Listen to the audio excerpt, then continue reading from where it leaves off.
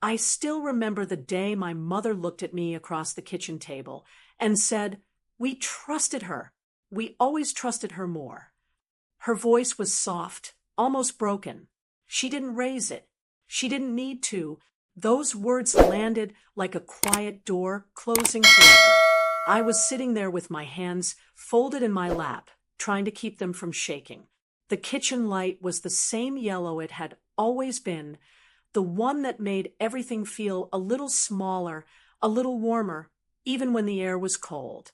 10 years have passed since that afternoon, but I can still smell the faint trace of coffee grounds in the trash bin and hear the refrigerator hum like it was trying to fill the silence between us.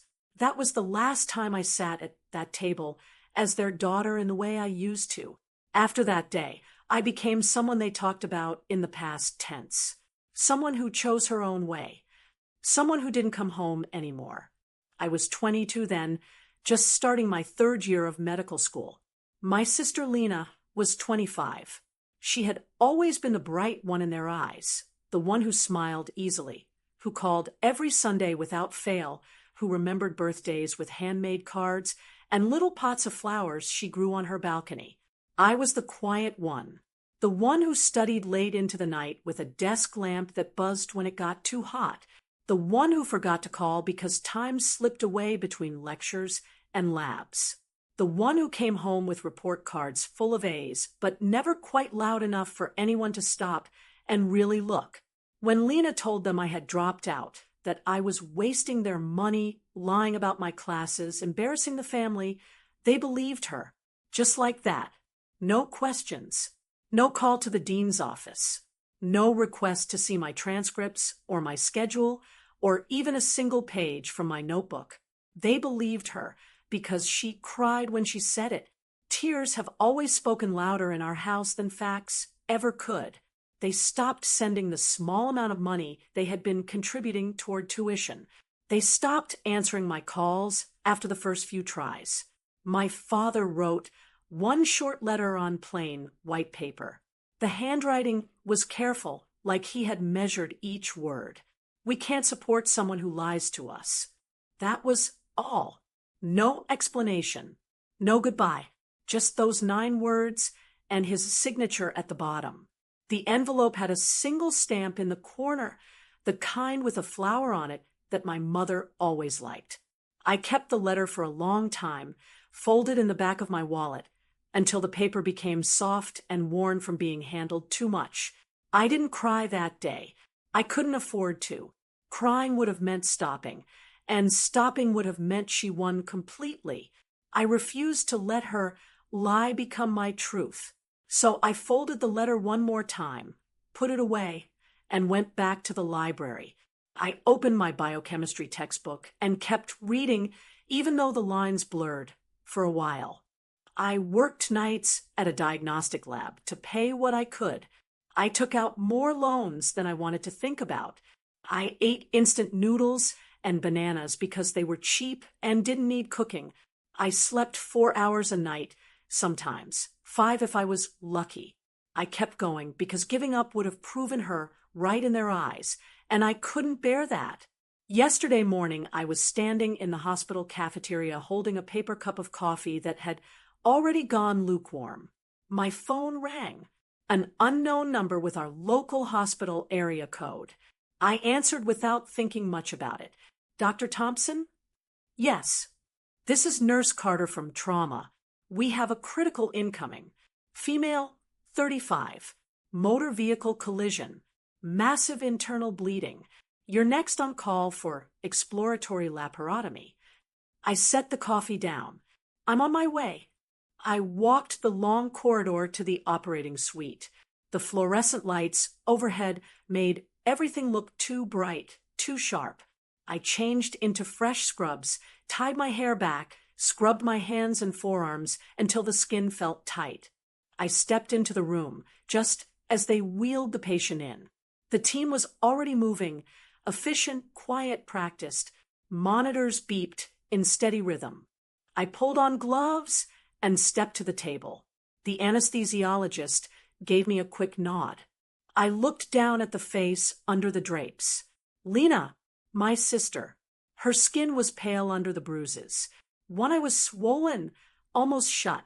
Tubes ran from her mouth and arms. She looked small, fragile, nothing like the confident woman who used to fill every room she walked into. I didn't speak. I just nodded to the scrub tech for the scalpel. We grow up believing certain things about family. That blood means safety. That love is supposed to be fair. That parents see both children clearly, even when one shines brighter. I believed those things for a long time. Our house on Maple Street was small but tidy. 2 bedrooms upstairs, 1 bathroom we all shared.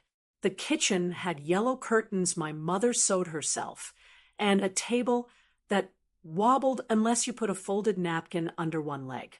Father worked the early shift at the factory, steel parts for cars. He came home tired, smelling faintly of machine oil and metal. He didn't talk much, but when he did, his words carried weight. Mother stayed home when we were little, then took a part-time job at the library later. She loved books almost as much as I did, but she never said it out loud. She just left novels on my pillow sometimes, without a note. Lena and I shared a room until I turned 12, and they finally finished the attic conversion for her. She got the window bed, the one with the view of the maple tree that turned red every fall. I got the wall side, where the roof sloped low, and I had to duck to stand up straight. I didn't mind. I liked the feeling of being tucked in. Lena was funny in a way that made people turn toward her. She could tell a story about buying milk and make it sound like an adventure.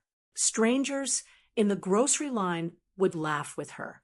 Teachers wrote bright personality on her report cards. When she brought home AB+, my parents threw a little celebration. Ice cream sundaes with extra sprinkles, even on a school night. My report cards came with straight A's most years.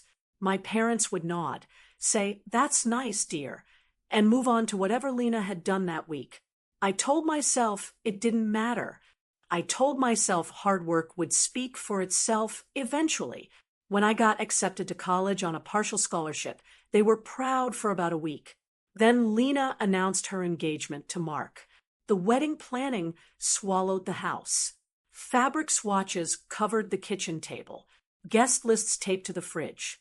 My acceptance letter stayed pinned under a magnet for 3 days before it disappeared under a pile of ribbon samples. I went away to school anyway. I called home every Sunday at 7 o'clock sharp. I told them about lectures, about professors who talked too fast, about the way organic chemistry made my brain hurt. They listened politely, but the conversation always circled back to Lena. Your sister and Mark are looking at houses. Your sister found the perfect dress. Your sister is so excited about the honeymoon. I understood. She was close by. I was 3 hours away on a Greyhound bus. Medical school came next. Getting in felt like climbing a mountain I wasn't sure I could summit. The night the acceptance email arrived, I sat on my dorm bed and cried alone. Happy tears, scared tears. I wanted to call home right then, but I waited for Sunday like always. Mother answered. "Hello, dear." I got in. I said, my voice cracked on the last word. A short silence. Then, "That's wonderful. Your father will be happy." They sent a card the next week, a generic one with flowers on the front. Inside was $50, and the words were "proud of you" in my mother's neat handwriting. No phone call to celebrate, no visit, no questions about what it meant or what came next. Lena got pregnant that same year, a boy. They named him Ethan. Suddenly, the family talked about nothing else: ultrasound pictures, nursery colors, baby names. My acceptance into medical school became old news before it even had time to settle. I kept going. I studied until my eyes burned. I passed exams I thought would break me. I told myself it was enough that I knew what I had done. In my 3rd year, the hours got longer. Rotations started. I lived in the hospital more than my apartment. One night, after a 28-hour shift, I called home crying. I was so tired I couldn't think straight. I just needed to hear them say, I was doing okay. Mother listened quietly. Then she said, maybe it's not for you, Anna. Lena always said you push yourself too hard. Maybe you should take a break. Lena, always Lena. A few months later, the lie arrived. She called me first. Her voice was sweet, the way it got when she wanted something. How's school? She asked. Fine, I said. Tired. She asked about money. I told her I was managing. Then she said, Mom and Dad are worried about the loans. They think maybe you're not really in school anymore. I laughed, nervous. What? No, I'm here every day. She sighed like she was disappointed. I told them you might be pretending to save face. You know how proud you are. I froze. Why would you say that? They kept asking questions. She said, I just helped them understand. I called my parents that same night. Father answered. His voice was flat. Is it true? He asked. Is what true? That you're not in school? That you've been lying to us? No, I said. I'm here. I can send proof. Call the registrar. Please. He said, Lena showed us messages. Emails. She said you told her yourself.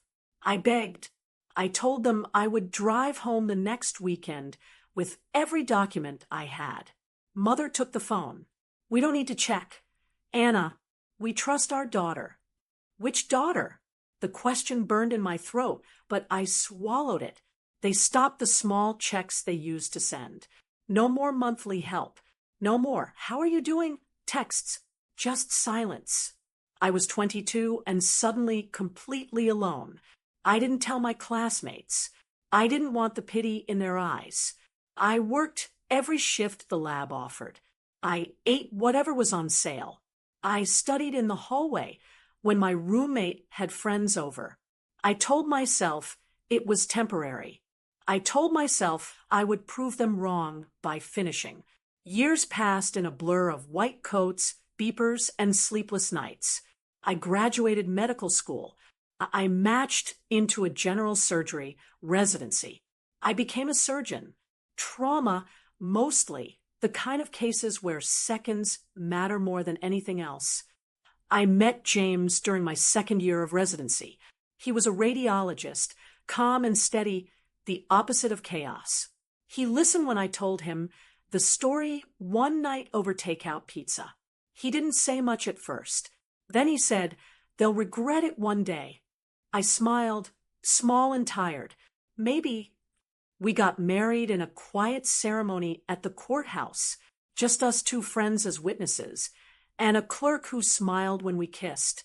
I didn't invite my family. How could I? They hadn't believed I was even in school. How could I ask them to believe I deserved happiness? Lena had another child, a girl this time. Sophie, my parents sent pictures through cousins who forwarded them without comment. I opened one email late at night and stared at the little girl's face. She had Lena's eyes. I closed the laptop and went to bed. 10 years. I built a life. A small house with a yard. A dog named Max who sleeps at the foot of our bed.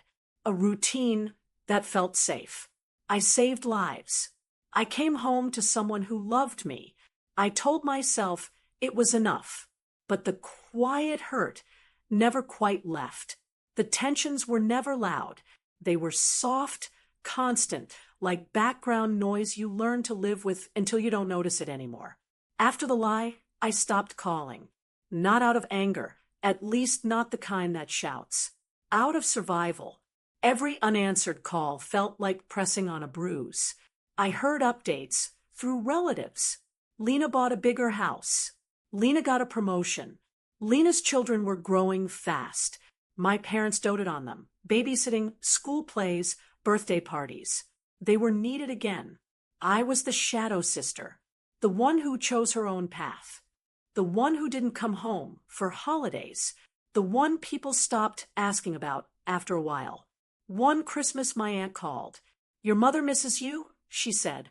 I answered quietly, "She knows where I am." Aunt sighed. "Lena said you were too busy. Too important now." Important. The word stung like a paper cut. I kept working. I kept saving lives. I came home to James every night. We built something solid, a life that didn't depend on anyone else's approval. But sometimes late at night, when the house was quiet, I would think about the kitchen table. The way my mother used to brush my hair when I was small, her fingers gentle against my scalp. The way my father taught me to ride a bike in the driveway, running behind me until I didn't need him anymore. Small memories.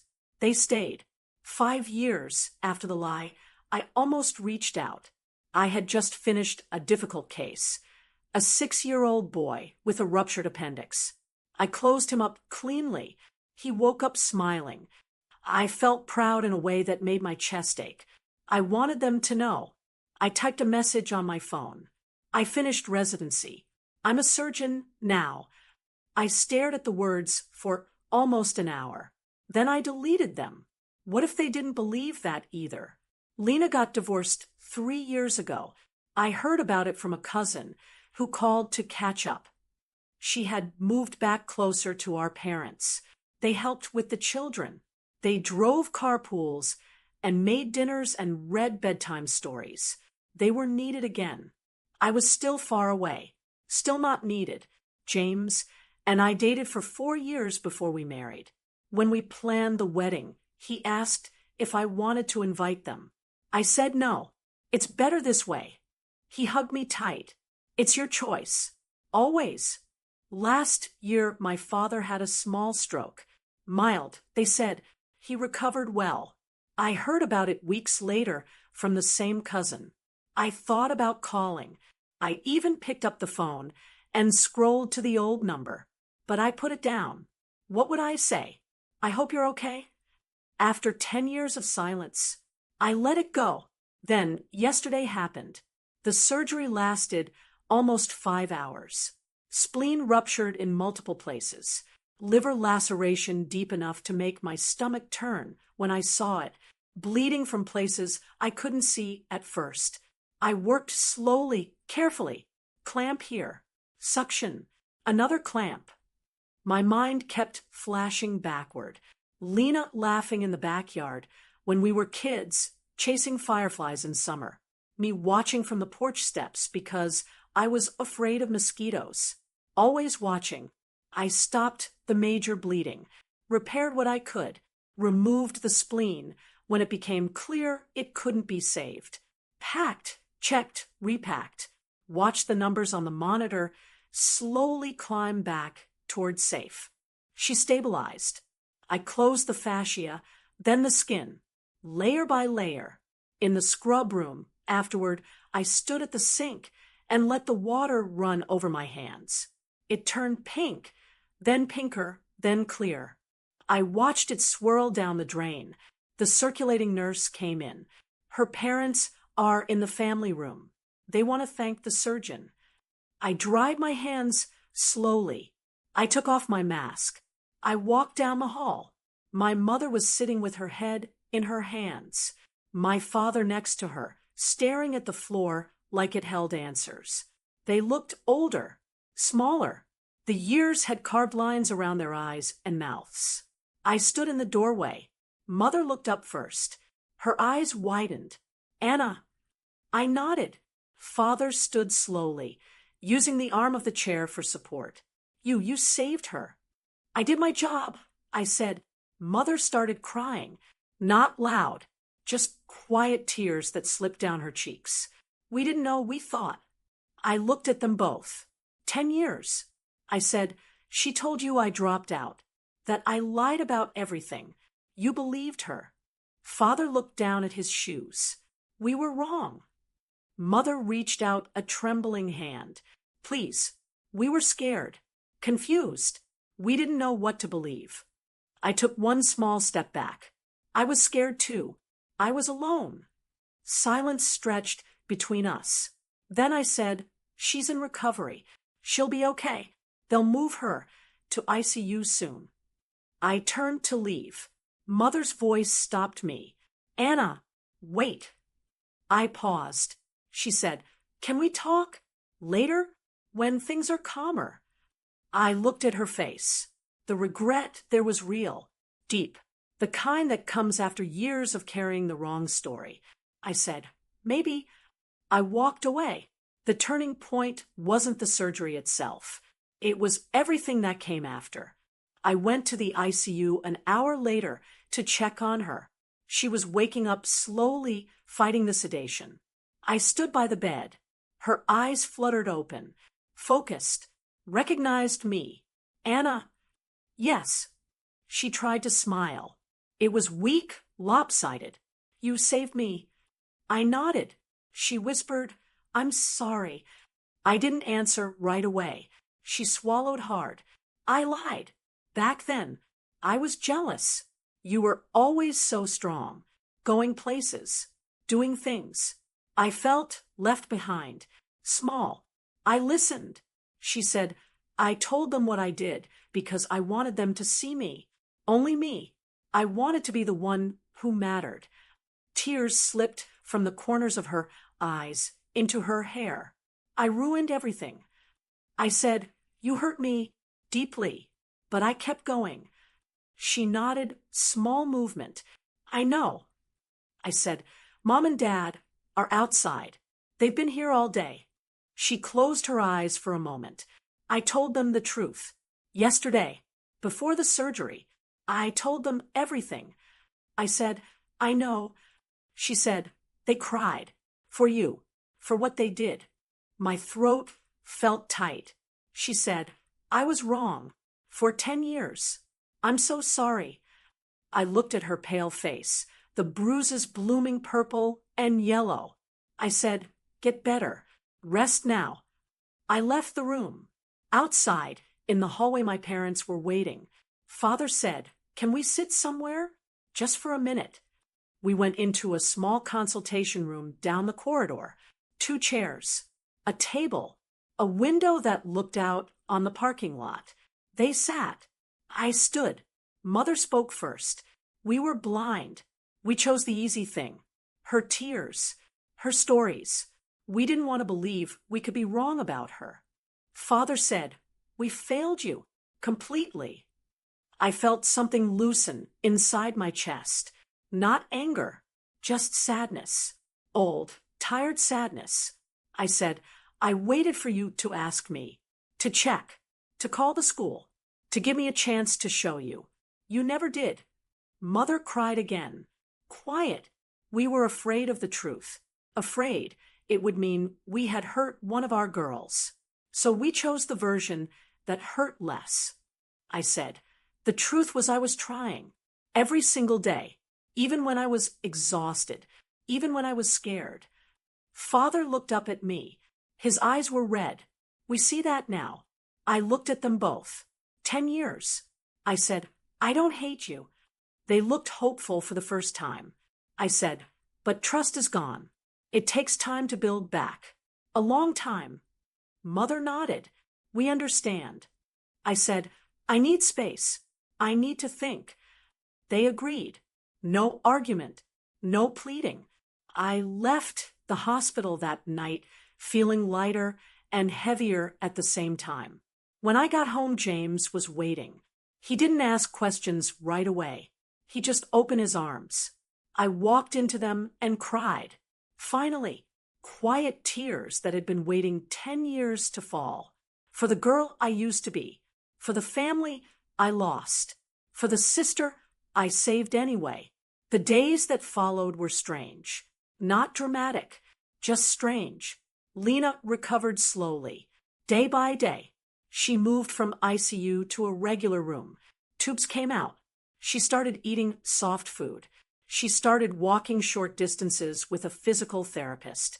I checked on her every day, as a doctor, not as a sister. Not yet. My parents came every afternoon. They sat quietly. They brought her magazines, crossword puzzles, little things to pass the time. They didn't push me to talk more than I wanted. One afternoon, Mother brought an old photo album, the one from when we were small.